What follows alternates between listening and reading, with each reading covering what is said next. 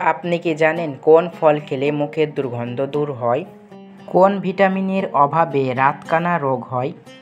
ডাবের পানিতে কোন জটিল রোগ ভালো হয়? ভাগ্যবান সন্তানেরা কোন মাসে জন্মগ্রহণ করে?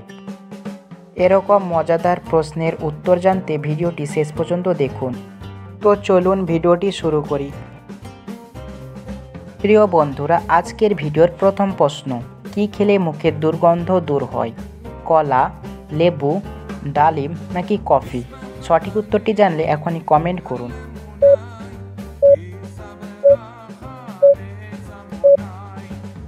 এই প্রশ্নের সঠিক উত্তরটি হচ্ছে ডালিম। ডালিম খেলে মুখের দুর্গন্ধ দূর হয়।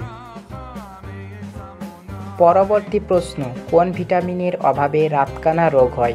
Vitamin C, vitamin D, vitamin A নাকি ভিটামিন ই এর অভাবে?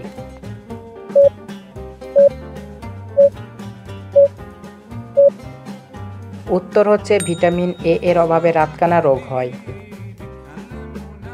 পরবর্তী প্রশ্ন, ডাবের পানিতে কোন জটিল রোগ ভালো হয়? কিডনি, হাঁপানি, হৃদরোগ নাকি ক্যান্সার?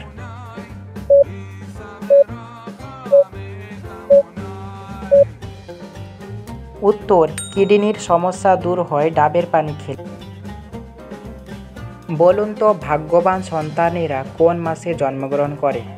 ডিসেম্বর থেকে অক্টোবর, মে থেকে জুন, জুলাই থেকে এপ্রিল নাকি জানুয়ারি থেকে ফেব্রুয়ারি?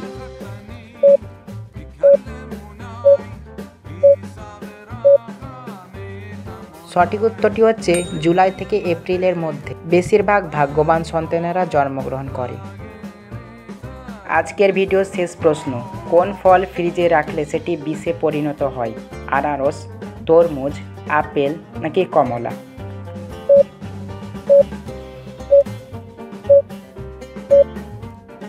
সঠিক উত্তরটি হচ্ছে তরমুজ।